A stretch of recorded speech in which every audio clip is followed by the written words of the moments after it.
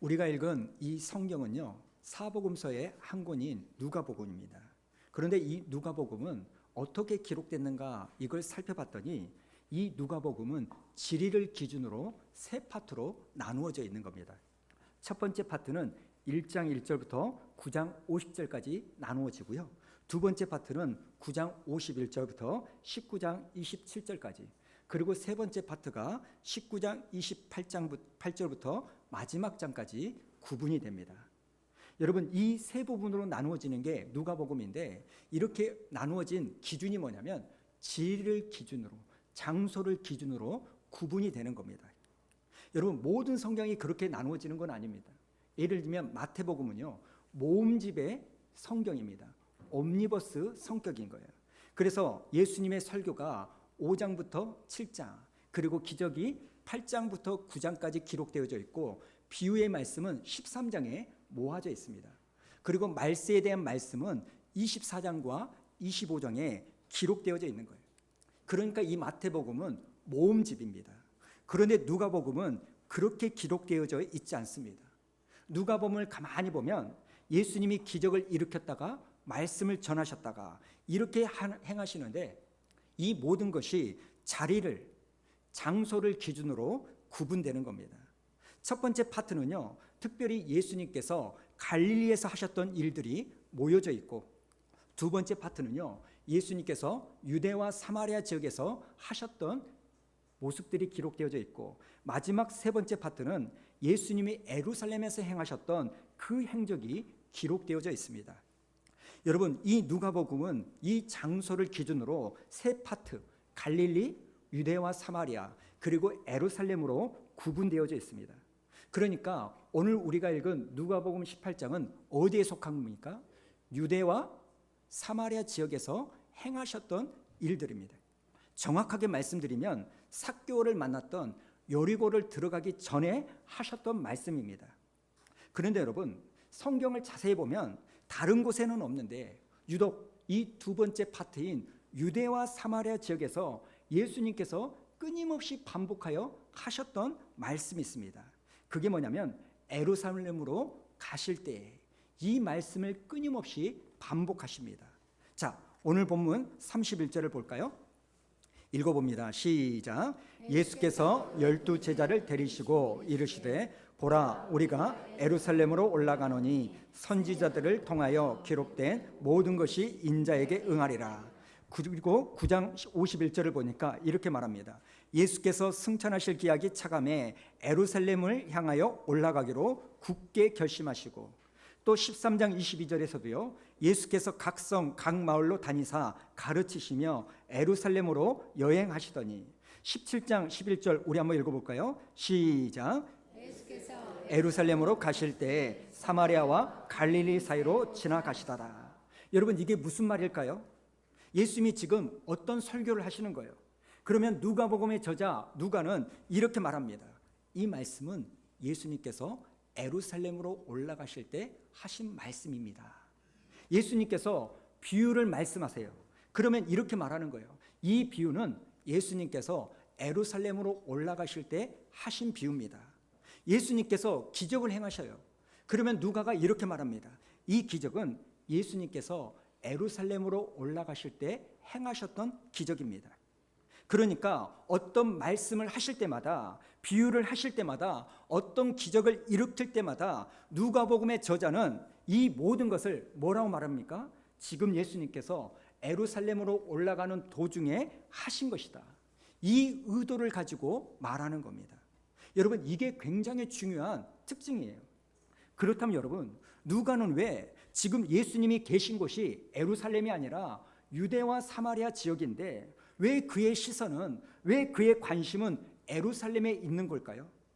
도대체 예루살렘에 뭐가 기다리고 있기에, 도대체 예루살렘에 뭐가 있기에 예수님은 그렇게 자꾸 예루살렘으로 가려고 하는 걸까요? 여러분, 예루살렘에는 뭐가 기다리고 있습니까? 예루살렘에 가면 사람들의 환호가, 박수와 칭찬, 왕의 자리가 기다리고 있나요? 아니잖아요. 예수님도 아십니다.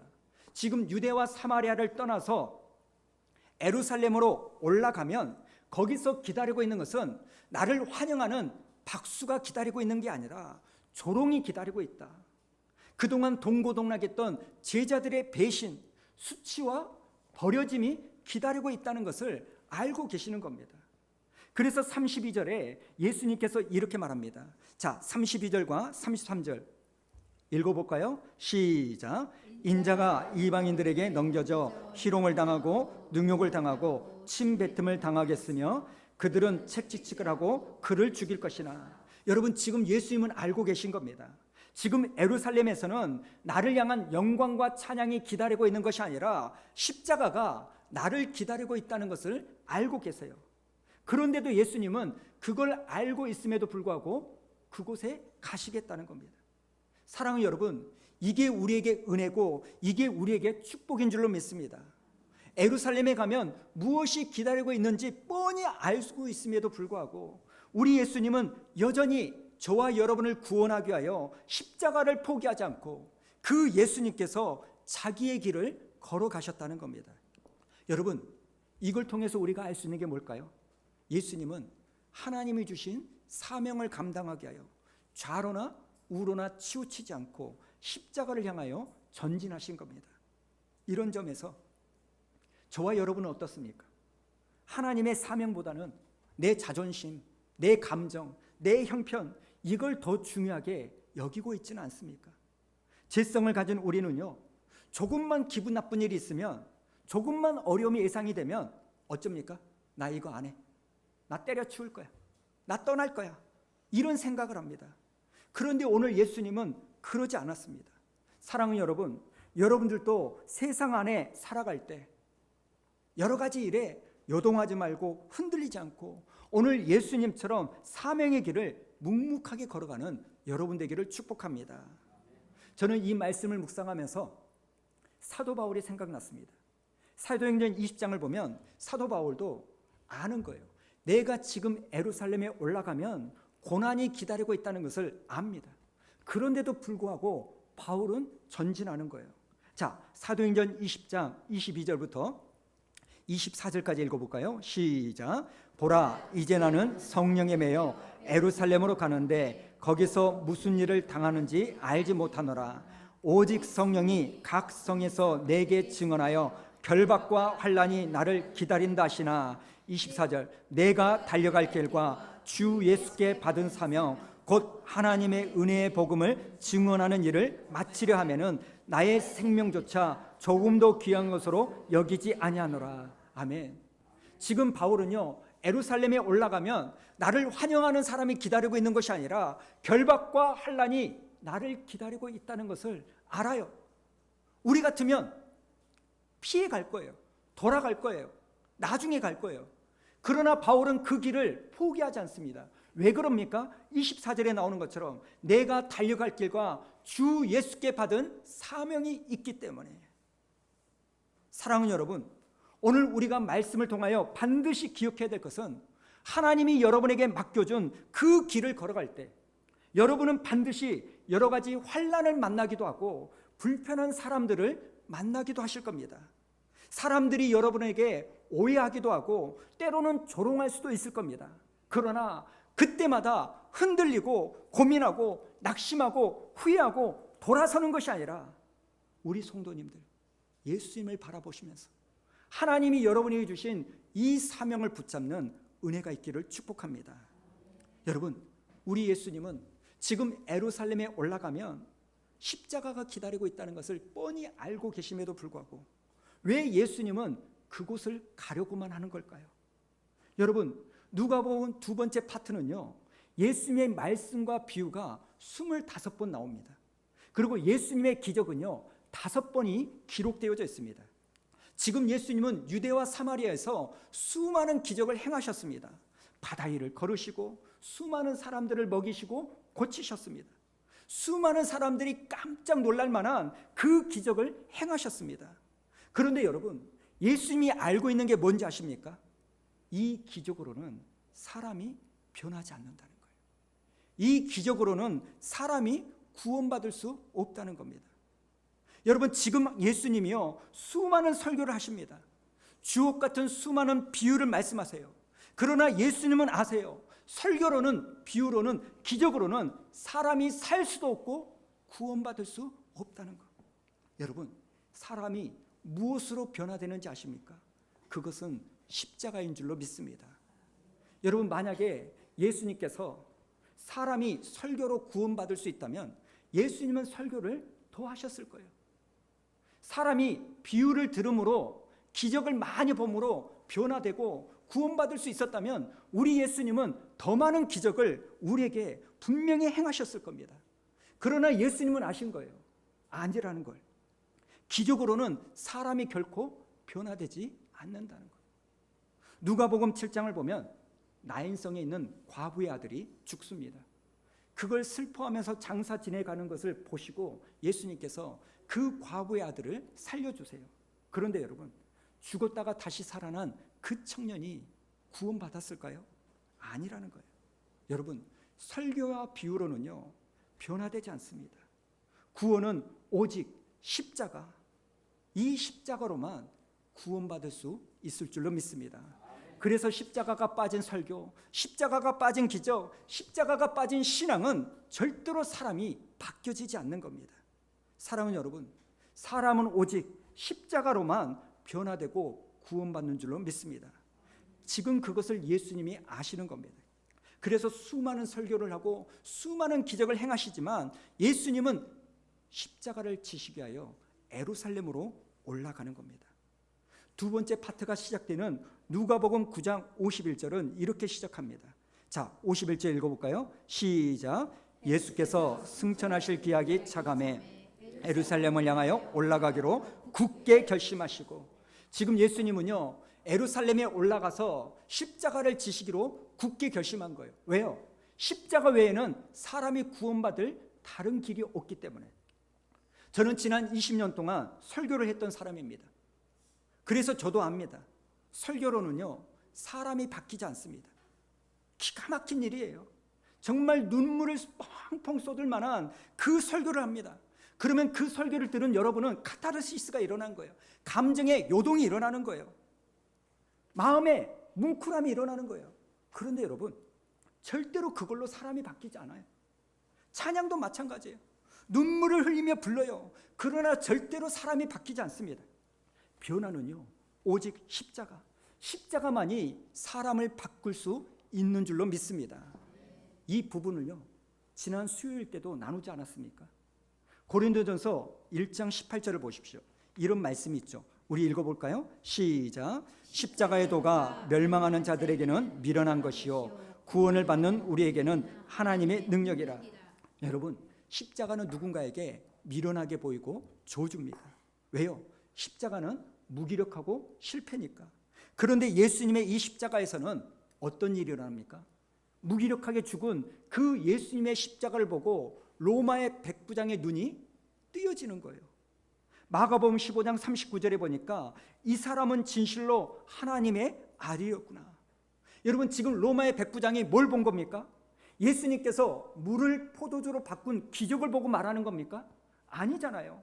예수님이 바람과 바다를 잔잔케 하는 그 일을 본 겁니까? 아니에요.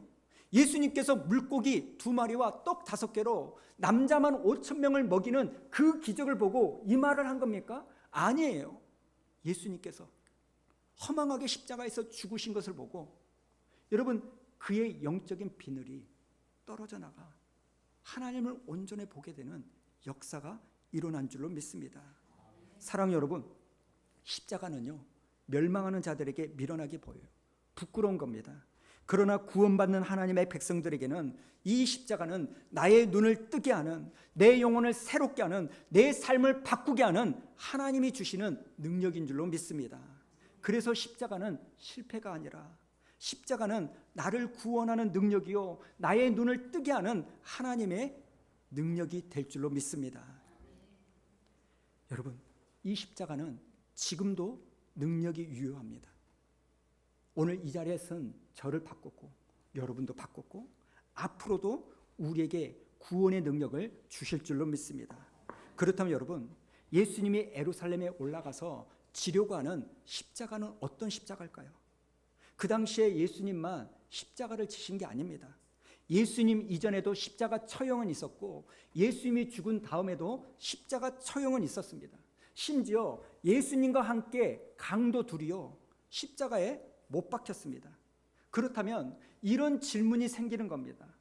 그렇다면 예수님의 십자가와 다른 사람들의 십자가는 무엇이 다른가?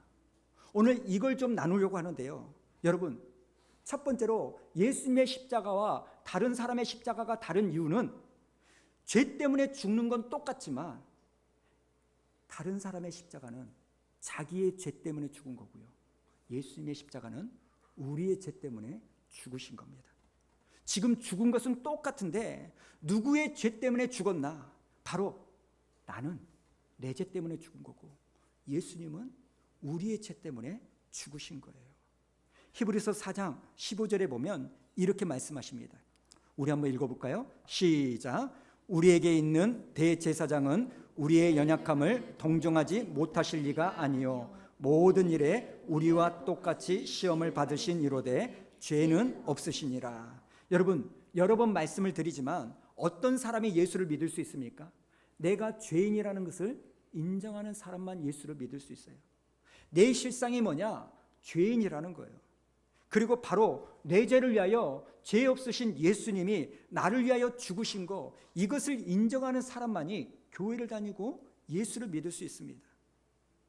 여러분, 처음에는 교회는 잠깐 다니지만 왜 많은 사람들이 나중에 교회를 떠날까요? 근본적으로 내가 예수 없이는 살 수 없는, 나는 죽을 수밖에 없는 죄인이라는 것을 인정하지 않으니까, 이 죄는 오직 예수님의 십자가를 통해서만 구원받을 수 있다는 것을 인정하지 않으니까 하나님의 은혜가 필요 없는 겁니다. 그런가 하면 두 번째, 다른 사람들의 십자가와 예수님의 십자가는 무슨 차이가 있나? 여러분, 다른 사람들의 십자가는 수동적입니다. 억지로 마지못해서 어쩔 수 없이 지는 십자가인데 반해서 예수님의 십자가는 자발적이라는 겁니다. 아까 우리가 살펴봤던 것처럼 예수님이 예루살렘에 올라가는데 누가 시켜서가 아니라, 누가 등 떠밀어서가 아니라 스스로 자발적으로 올라가는 겁니다. 자, 31절을 보십시오. 예수님께서 이 말씀을 하죠. 보라, 우리가 예루살렘으로 올라가노니. 여러분, 지금 예루살렘에 올라가면 누가 기다리고 있다고요? 오기만 해봐라. 이 예수 내가 죽여버리겠다. 이렇게 결의한 종교 지도자들이 예루살렘에서 기다리고 있는 거예요. 원수들의 조롱과 채찍이 기다리고 있는데 예수께서 그런 길을 가시겠다는 겁니다. 저는 여기에서 십자가의 자발성을 발견합니다. 여러분, 지금 예수님은 우리를 구원하기 위하여 십자가라고 하는 이 통로를 사용하기로 결정하셨는데 어떻게 사용하십니까? 마지못해서 시키니까 등 떠밀려서 십자가를 지는 것이 아니라 이 예수님의 능동적이고 자발적인 그 주님의 사랑에 의한 십자가를 보게 되는 거예요. 저는 지난 한 주 동안 예수님의 고난을 생각하면서요, 특별히 요한복음 18장에 나오는 예수님의 모습이 너무나 마음이 아팠습니다. 자, 18장 4절과 5절을 보십시오. 예수님께서 자기가 당할 일을 알고 계심에도 불구하고 사람들이 찾아오니까 이렇게 물어봅니다. 너희는 누구를 찾느냐? 그랬더니 사람들이 뭐라고 말해요? 나사렛 예수를 찾는다는 거예요. 왜 찾아요? 잡아서 죽이려고. 그러면 우리 같으면 모른다, 누군지 모른다, 여기 없다 그럴 것 같은데 우리 예수님은 뭐라고 말해요? 내가 크니라. 7절 8절에도 똑같이 말합니다. 누구를 찾느냐? 나사렛 예수라 하거늘 예수께서 대답하시되 너희에게 내가 크니라. 이렇게 자발적으로 자기를 드러내는 거예요. 지금 사람들이 예수를 잡으려고 찾고 있는데 예수님은 하나님의 뜻을 이루게 하여 예수님은 스스로 내가 크니라, 내가 크니라 이렇게 말씀하시는 겁니다. 반면에 베드로의 모습을 보십시오. 너 예수와 함께 있었던 사람 아니야? 그랬더니 17절에 뭐라고 말합니까? 나는 아니라. 25절에서도 나는 아니라. 우리 예수님은 내가 크니라. 근데 베드로는 나는 아니라, 나는 아니라. 오늘 예배드리는 저와 여러분은 예수님의 이 자발성이 있으십니까? 아니면 베드로와 같이 숨기려고 하고 베드로와 같이 부인하려고 하는 그런 모습이 있습니까? 요한복음 19장 17절에서도요 이런 말씀이 나옵니다. 그들이 예수를 맡음에 예수께서 자기의 십자가를 지고 이렇게 말합니다. 여기에 나오는 지다라는 이 말은 바스타조라는 말인데 수동태가 아니라 능동태라는 거예요. 그러니까 예수께서 로마의 군정들이 억지로 십자가를 지웠기 때문에 그 십자가를 지신 게 아니라 스스로 자발적으로 내가 매야 되는 십자가니까 그 십자가를 매신 겁니다. 저는 이런 점에서요 저와 여러분의 신앙생활을 돌아보는 은혜가 있기를 원합니다. 신앙생활의 자발성을 가지고 있습니까? 내가 목사니까, 내가 권사니까, 내가 장로니까, 예수를 믿으니까 어쩔 수 없이 교회에 나와서 예배드리는, 마지못해서 드리는 그런 모습입니까?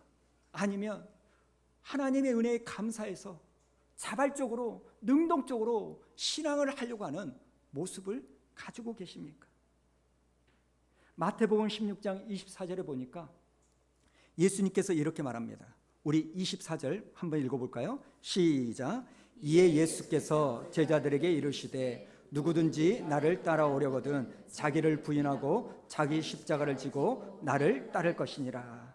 여러분, 예수님께서 누구든지 나를 따르려거든 자기 십자가를 져야 된다는 거예요. 여러분, 자기 십자가는 이 말은요 모든 사람이 져야 되는 십자가가 다 다르다는 거예요. 여러분, 저는 제 아내를 사랑합니다.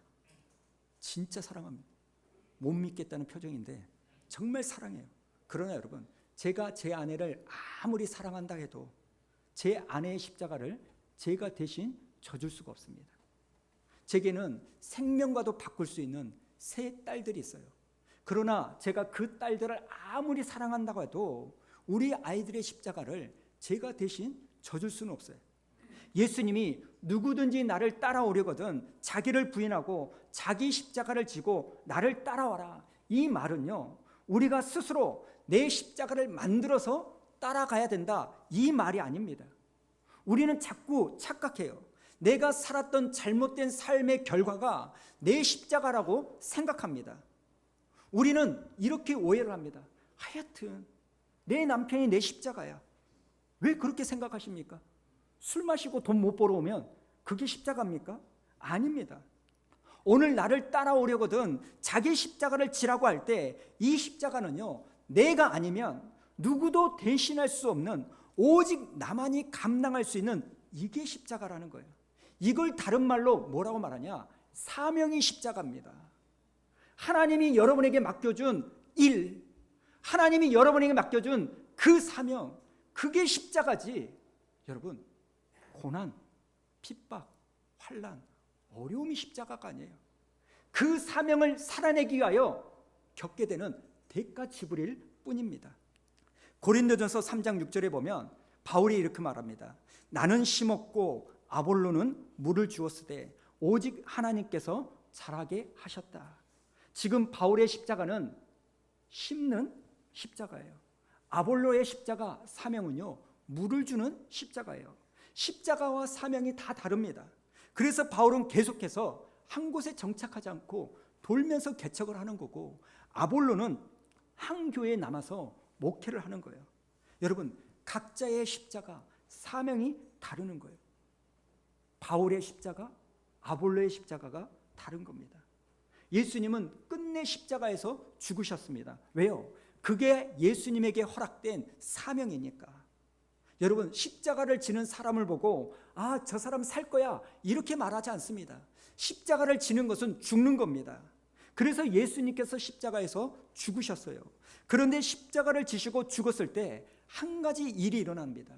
마태복음 27장 50절과 51절 우리 한번 읽어볼까요? 시작. 예수께서 다시 크게 소리 지르시고 영원히 떠나시니라. 이에 성소유장이 위로부터 아래까지 찢어져 둘이 되고 땅이 진동하며 바위가 터지고. 여러분, 여기에 나오는 성소는요 아무나 들어가지 못합니다. 대제사장만이 그것도 1년에 한 번 들어갈 수가 있습니다. 그런데 예수님이 죽으시니까 이에 성소가 위에서부터 아래로 찢어졌어요. 이것을 히브리서 기자는 뭐라고 말하냐? 히브리서 10장 19절 20절 읽어볼까요? 시작. 그러므로 형제들아 우리가 예수의 피를 힘입어 성소에 들어갈 담력을 얻었나니 그 길은 우리를 위하여 휘장 가운데로 열어놓으신 새로운 살 길이요 휘장은 곧 그의 육체니라.